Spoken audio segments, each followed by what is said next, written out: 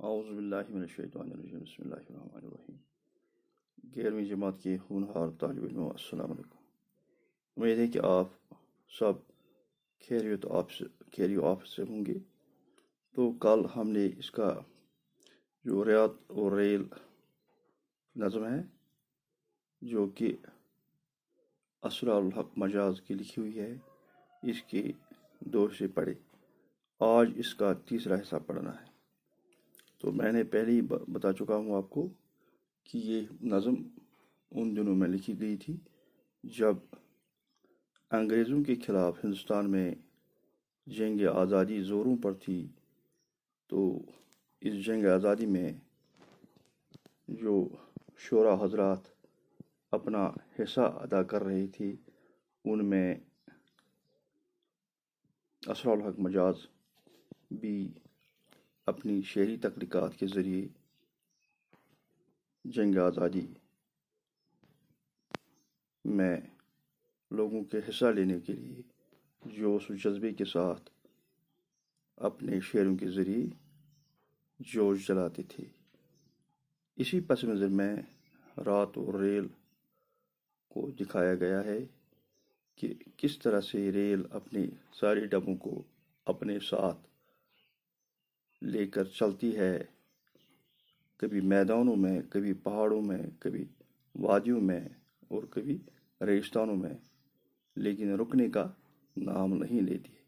اسی طرح جنگ آزادی میں ہر مذہب، ملت، ہر ذات، ہر قوم کے لوگ ایک ساتھ مل کر ہندوستان میں انگریزوں کے خلاف لڑیں اور اپنی جو آزادی ہے وہ حاصل کریں اور ان کو یہاں سے رفو چکر کرائیں۔ اسی پس منظر میں یہ نظم لکھی گئی ہے جس کا شاعر اسرار الحق مجاز ہے۔ تو اس کے ہم نے دو حصے پڑھے، اب اس کا تیسرا حصہ ہم نے پڑھنا ہے۔ تو اگر آپ اپنی درسی کتاب کا صفحہ نمبر 188 نکالیں گے تو ہم اس سے آگے پڑھیں گے۔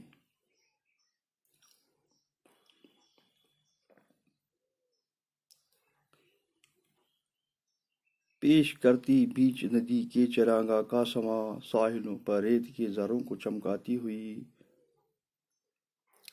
پیش کرتی بیچ ندی میں چراغاں کا سما، ساحلوں پر ریت کے زروں کو چمکاتی ہوئی۔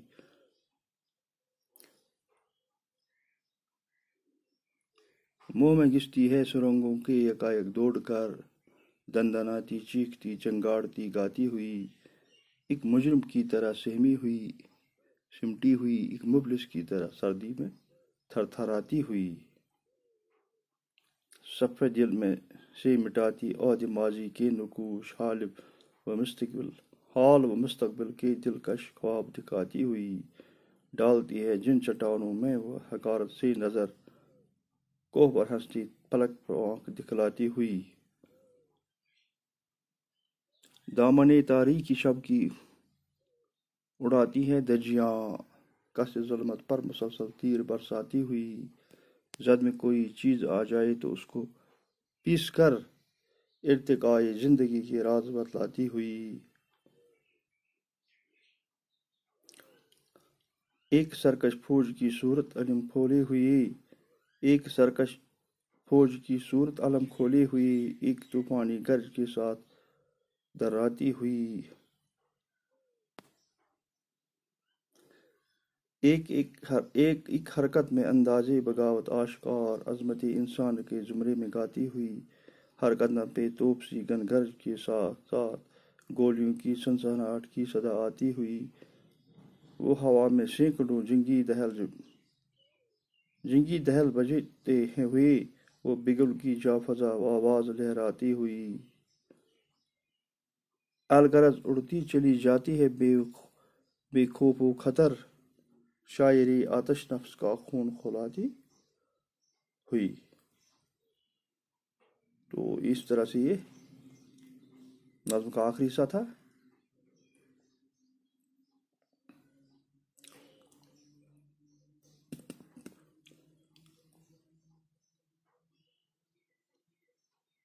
پیش کرتی بیچ ندی میں چرگا کا سما، ساحلوں پر ریت کے زروں کو چمکاتی ہوئی۔ تو اس شعر میں شاعر فرماتا ہے کہ جب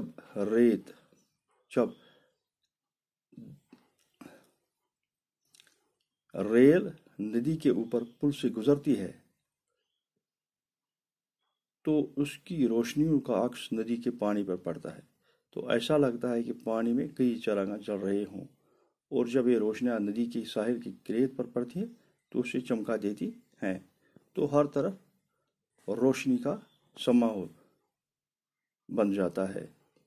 ان روشنیوں کا عکس سے سارا ماحول رنگین ہو جاتا ہے۔ منہ میں گھستی ہے سرنگوں کے یکایک دوڑ کر، دن دناتی چیختی چمکاڑتی گاتی ہوئی۔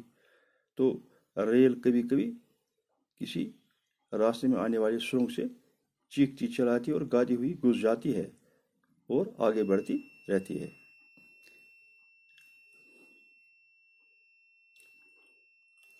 ایک مجرم کی طرح سہمی ہوئی سمٹی ہوئی، ایک مفلس کی طرح سردی میں تھرتھراتی ہوئی۔ کبھی ایک مجرم کی طرح ڈری اور گھبرائی ہوئی ہوتی ہے، اور کبھی ایک غریب کی طرح سردی سے کانپتی ہوئی نکل جاتی ہے۔ ایسا لگتا ہے کہ اس کو سردی لگ گئی ہے۔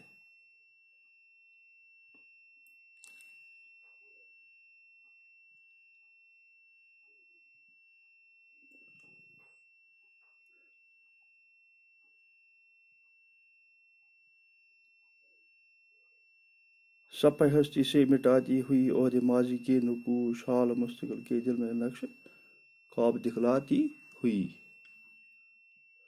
ریل آگے کی طرف ہی گامزن ہے، یہ دلوں میں گزرتے ہوئے زمانے کے نشان مٹاتی اور آنے والے وقت کے خواب دکھاتی ہوئی ہے۔ یعنی کہ آنے والا وقت آپ کے لیے بہت ہی اچھا ہے، یعنی کہ آپ اپنی منزل پر پہنچ سکتے ہو۔ ڈالتی ہے جس چٹانوں پہ حقارت سے نظر، کوہ پر ہستی فلک پہ آنکھ دکھلاتی ہوئی۔ تو ریل ساکن اور بے حس پہاڑوں کو نفرت سے دیکھتی ہے، اسے ایک جگہ رکی ہوئی ٹھہری ہوئی چیز اور لوگ پسند نہیں ہیں۔ وہ خود بھی منزلوں کی تلاش میں رہتے اور اسی اپنی طرف چلتے پھرتے منزلوں کی تلاش کرتے ہوئے اور جدوجہد کرتے ہوئے لوگ اسے پسند ہیں۔ یعنی کہ لوگوں کو ایک جگہ نہیں بیٹھنا چاہیے بلکہ اپنی آزادی کی جدوجہد جاری رکھنی چاہیے۔ دامنے تاریخی شب کی اڑاتی دجیاں، نسل ظلمت پر مسلسل تیر برساتی ہوئی۔ دامنش تاریخی شب کی اڑاتی دجیاں، کثر ظلمت پر مسلسل تیر برساتی ہوئی، یعنی رات کے دان اندھیرے چیرتے ہوئی اندھیرے کے محل پر تیر برساتی ہوئی آگے بڑھ جاتی ہے، اور جو بھی چیز اس کی زد میں آئی تو اسے پیس کر جاتی ہے۔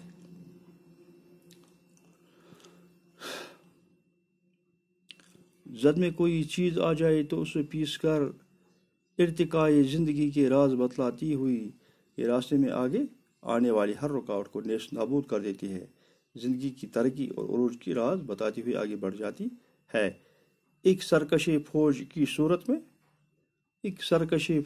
صورت میں علم کھولے ہوئی، ایک طوفانی گرج کے ساتھ دوڑاتی ہوئی، یہ ایک باغی فوج کی طرح پرچم لہراتی ہوئی، علم یعنی پرچم، طوفان کی جیسی گرج آواز کے ساتھ بے خوب آگے بڑھتی جا رہی ہے۔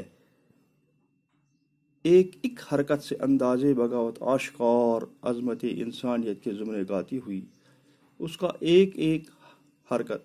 کی ایک حرکت بغاوت کا انداز ظاہر ہوتا ہے، یہ انسان کی بڑھائی کے گیت گاتے ہوئی آگے بڑھ جاتی ہے۔ یعنی کہ انسان کو یہ تاثر دیتی کہ آپ ظلم کے خلاف بغاوت کھڑا کر دو اور اس بغاوت کا حصہ بن جاؤ۔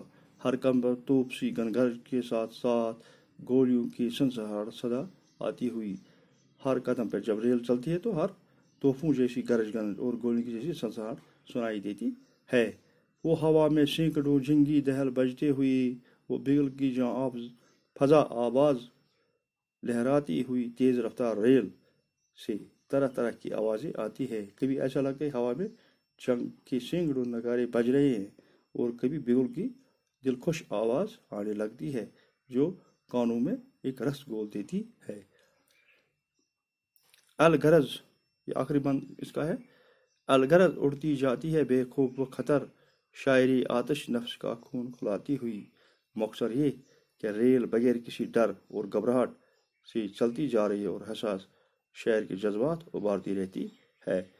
تو اس میں اس نظم میں یہی کہا گیا ہے کہ انسان کو ہر وقت جدوجہد میں رہنا چاہیے اور کبھی مڑ کے پیچھے نہیں دیکھنا چاہیے اور ہمیشہ اپنی منزل حاصل کرنے کے لیے جدوجہد کرنی چاہیے۔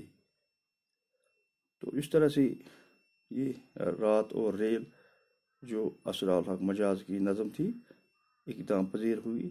امید ہے کہ آپ گھر میں اس کا دوبارہ اعادہ کریں تاکہ پوری طرح آپ کے سمجھ میں آ سکے۔ اس کے آخر میں کچھ نئے الفاظ دیے گئے ہیں، آپ ان کی مشق بھی کریں تاکہ آپ کو یہ پوری طرح سمجھ آ سکے۔ امید ہے کہ آپ گھر میں اس کا دوبارہ اعادہ کریں گے تاکہ وقت ضرورت آپ کو کام آ سکے۔ خدا حافظ۔